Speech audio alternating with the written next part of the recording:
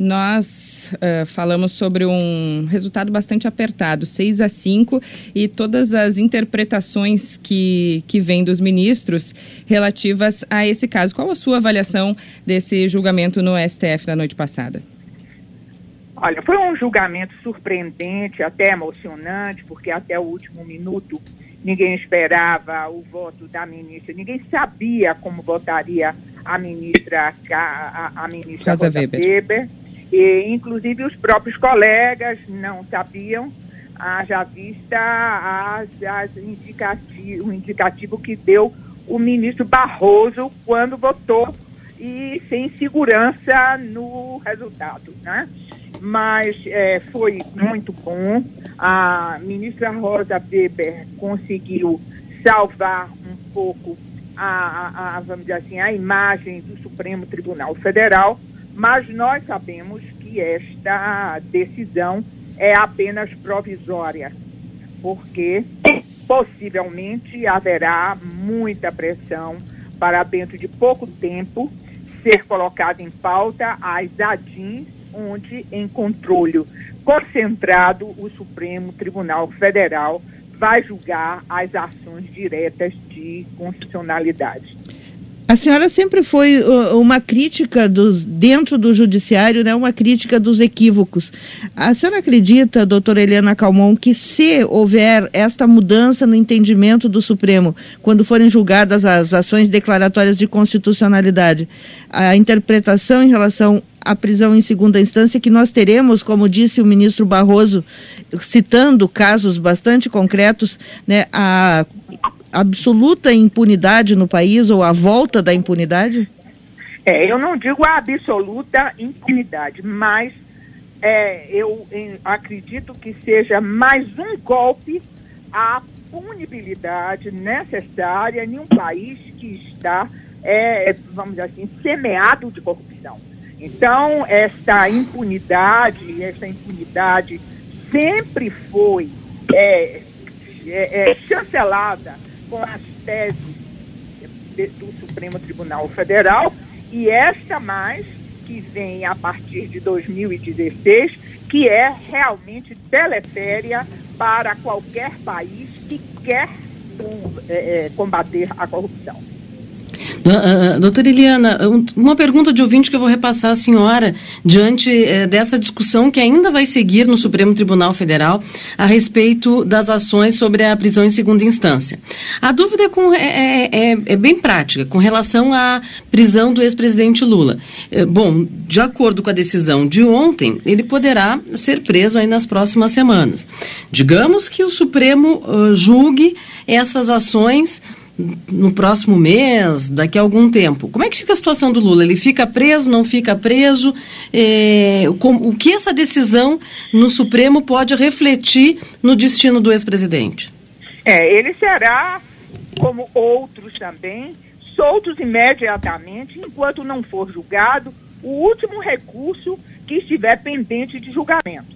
É lógico que a defesa de Lula entrará com o recurso no STJ, depois no Supremo Tribunal Federal, e quando o Supremo decidir pela presunção da inocência de forma exacerbada, como estão pretendendo, imediatamente ele, se encarcerado, será solto. Porque a justiça no Brasil, a gente vê de duas maneiras. A primeira instância, andando um pouco mais rápido, mas no STF, nas instâncias superiores, tudo mais devagar. O que pode fazer isso mudar se não for possível a prisão após condenação em segunda instância? Ou os crimes poderão prescrever mesmo, e é isso que vai acontecer porque a justiça continuará lenta no Brasil? Olha, eu posso falar isso com muita ênfase, porque eu fui de Tribunal Superior e tive muito processo criminal a meu cargo, como relatora. Eu posso dizer que é dificílimo, dentro da ordem jurídica vigente, se terminar um processo criminal, principalmente processos complexos, nos tribunais. Por quê? Porque a legislação é uma legislação feita para não dar tempo a ver a condenação. Quem é que faz as leis? O Congresso Nacional. O Congresso Nacional sabe que são poucos as pessoas ilustres que chegam ao julgamento pelo STJ e pelo Supremo Tribunal Federal. Estas pessoas, as pessoas menos favorecidas, não têm suporte econômico para chegar até os tribunais superiores. De forma que só são as pessoas, vamos dizer assim, a classe econômica, a classe política, que tem esta benesse. E de forma que a legislação continua a proteger. Por exemplo, o juiz de primeiro grau, ele é o único a receber a denúncia. Então ele dá um despacho assim, recebo a denúncia e a partir daí a ação penal segue.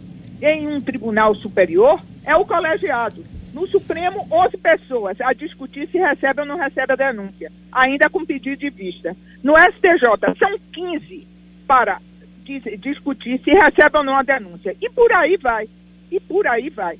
Então, é dificílimo, realmente, se conduzir um processo e chegar em tempo normal a um resultado. Doutora Helena Calmon, a senhora que foi corregedora e foi uma corregedora bastante rígida, eu gostaria de saber a sua opinião sobre o comportamento específico do ministro Gilmar Mendes. Porque o ministro Gilmar Mendes, ele não só fazia uma defesa muito contundente da prisão em segunda instância, quando isso foi discutido lá em 2016, agora mudou de ideia com argumentos também bastante contundentes, mas este comportamento dele, a forma como ele trata os colegas, o fato de ele parecer que dá mais importância aos negócios particulares dele, sai no meio de uma sessão porque tem um encontro, um congresso em Portugal, isso está dentro da regra do jogo? É aceitável dentro do judiciário esse comportamento do ministro Gilmar Mendes? É absolutamente inaceitável, embora seja aceito pelos colegas, porque a presidente do Supremo não se rebela contra isso, os colegas não se rebelam contra isso, porque o Poder Judiciário é assim, cala para não discutir as questões comportamentais dos seus próprios membros. Naturalmente, se houvesse uma reprimenda maior por parte dos colegas, ou seja, uma reprimenda interna do próprio Supremo Tribunal Federal, o ministro Marco Aurélio teria limites. Ele não tem limites porque os limites não são dados a ele. A senhora se referiu ao ministro Marco Aurélio ou ao ministro Gilmar Mendes? Ao ministro Gilmar Mendes. Gilmar Mendes, porque eu vou lhe perguntar exatamente sobre Marco Aurélio. A senhora está falando em questão de reprimenda, mas ontem, no plenário, o ministro Marco Aurélio chamou a atenção da presidente Carmen Lúcia, até num tom de reprimenda. Por trás daquela fala dele está, ele quer dizer que ela manobrou a pauta e ele disse a ela, venceu a estratégia. Na sua avaliação, doutora Eliana, como é que a ministra Carmen Lúcia termina esse episódio? Ela sai bem desse episódio? Ela fez bem em botar em julgamento o habeas antes de botar em julgamento as ações, ou ela sai desgastada? Eu entendo que ela sai fortalecida, ela fez o que precisava ser feito, ela precisava verificar o julgamento primeiro do habeas corpus para depois colocar as ações. Naturalmente que o desgaste do ministro Gilmar Mendes, do ministro Marco Aurélio seria menor se eles estivessem julgando dentro das ações diretas de constitucionalidade. Então, aí seria ouro sobre azul. Mas a posição firme da ministra Carmen Lúcia terminou deixando os reis nus, ou seja, eles se descobriram. E quando eu falei do ministro Marco Aurélio e não do ministro Gilmar Mendes, foi exatamente ato falho, para dizer o seguinte, o ministro Gilmar Mendes, pelo menos, se descobre mais porque ele fala.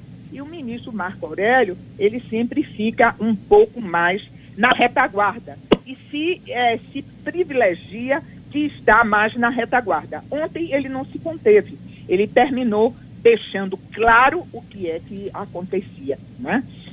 A insatisfação dele, e como também o ministro Lewandowski, mostrando a insatisfação quanto ao rumo que estava tomando o julgamento.